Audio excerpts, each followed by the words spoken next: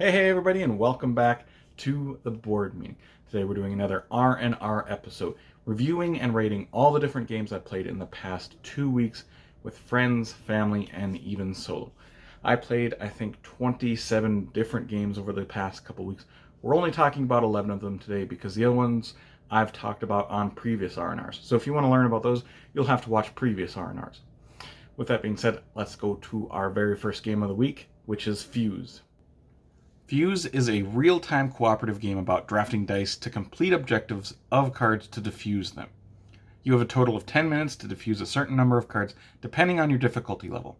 There is a bag of colored dice that each turn a player rolls a certain number of dice depending on player count, and then players will be cooperatively drafting these dice to use on their bomb cards to defuse them. All bomb cards have different objectives, like needing a dice with a certain number on it, or a certain colored dice, or 2 dice that have to equal a particular amount.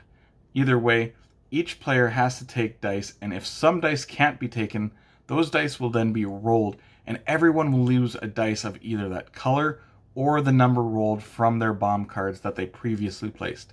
The game continues like this until either 10 minutes is up and you lose, or you have defused so many of your cards.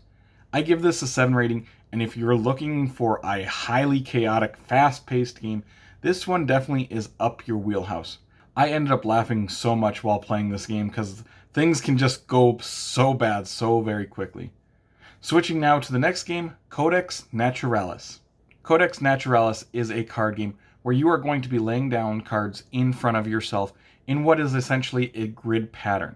You are going to be laying these cards on top of other cards covering a corner.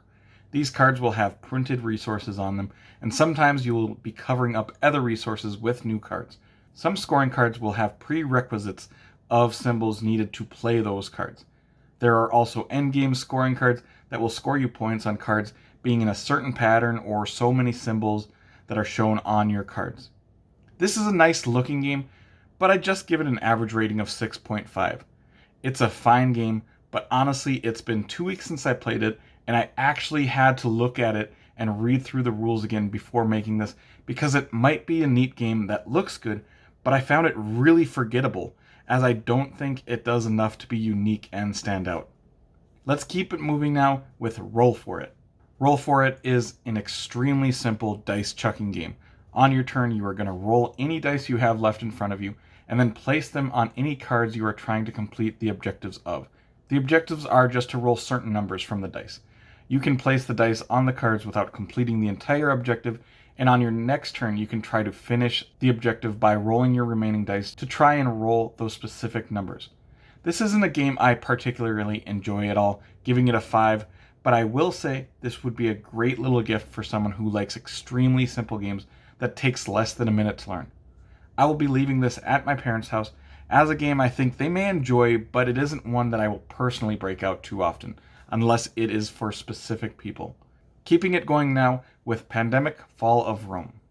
Pandemic Fall of Rome is another game in the Pandemic series, but this time it has the theme of you playing as the Roman Empire and trying to ward off different barbarian tribes of people rather than the viruses. You will have to defend Rome against these tribes by recruiting armies, fortifying cities, and ultimately forging alliances with these tribes. You can ultimately win by making an alliance with all 5 of the attacking tribes. One thing that makes this Pandemic game differ itself from the others in the series is the dice rolling. Instead of going to a spot and curing the virus with an action like the other ones, you have to roll dice to see how successful or unsuccessful your attempt is. I give this a 7.5 rating, and I did really enjoy this version of Pandemic. The dice can add a level of angst and frustration to the game that was kind of a neat twist to the system. Moving on now to Seven Wonders. Seven Wonders is a drafting civilization themed game which you could consider to be a classic by now. In this game, players will be simultaneously drafting cards in 3 different eras. Each era, players will be drafting a card from their hand and passing the rest of the cards on and getting another player's cards, which again they will draft one of those cards. And that will continue till no cards are left. There are several different types of cards. Resource cards, which will give you resources to pay for some other cards. Military cards, which will help you at the end of each era. Science cards, which will score you points in a set collection sort of way. and several other cards that will do a few different things and get you points. This game gets an 8.5 rating for me and is always a great option for when you have a bigger gaming group, since the game doesn't take any longer for more people since you are always simultaneously drafting. Keeping it going now with Kero. Kero is a 2-player post-apocalyptic fast-paced dice chucking game with an area majority mechanic in it. In Kero, players will have a truck that is a large sand timer, and the sand represents your fuel, which is very scarce in this world. On a player's turn, they flip over their sand timer truck and roll dice that have resource symbols on them. Players are allowed to roll these dice as many times as they want, and once they choose to stop, they stop their sand timers as well.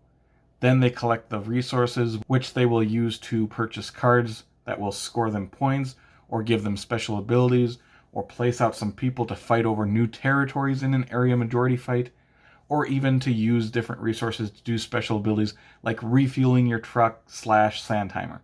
But if you are rolling your dice and you run out of sand, you get absolutely nothing. I give this game an 8 rating.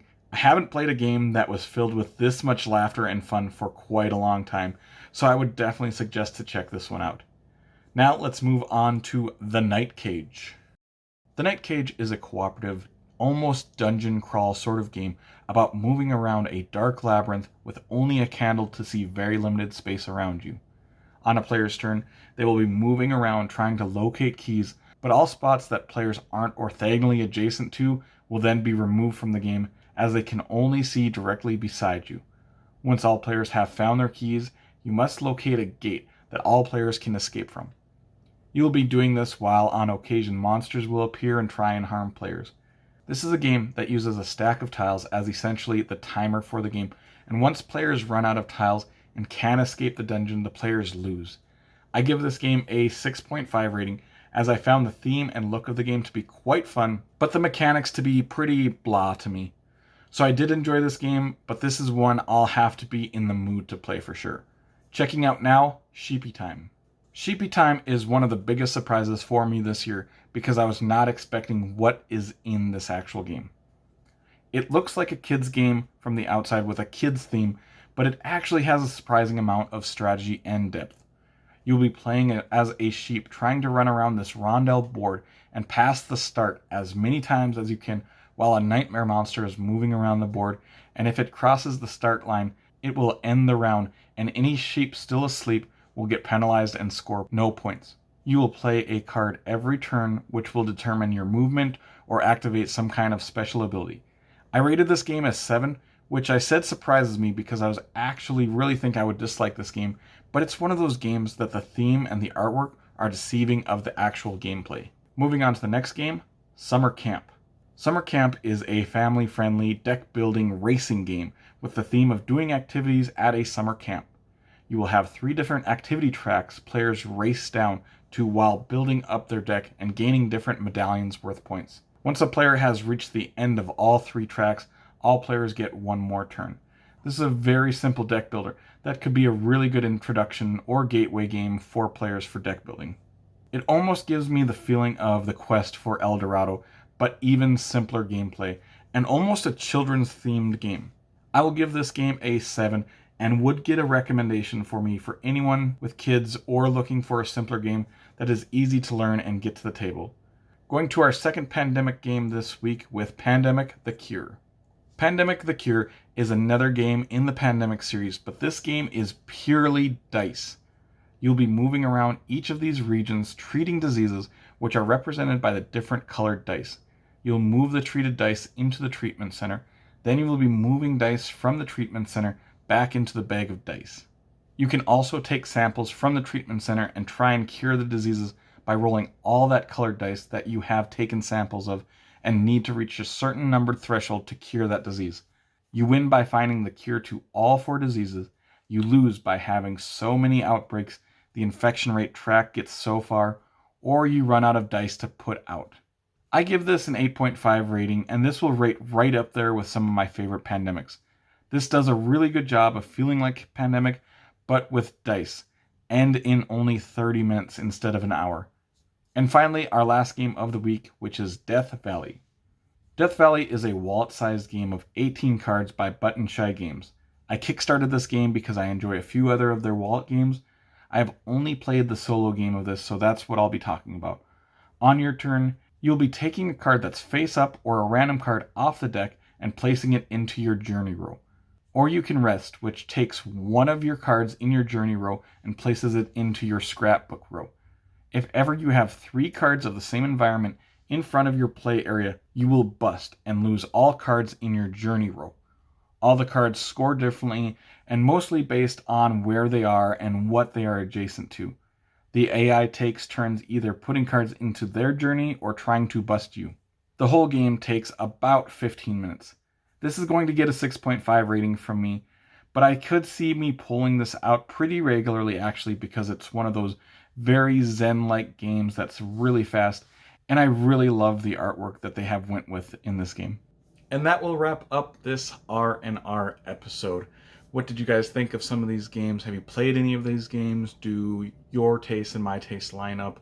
Or do you have a bit of a different take on some of these games? Either way, if you did enjoy this video, make sure to like, subscribe, hit that bell for notifications to see more weekly content from me, Shane, at the board meeting in the future. Hope you all have an amazing day. Take care, everyone.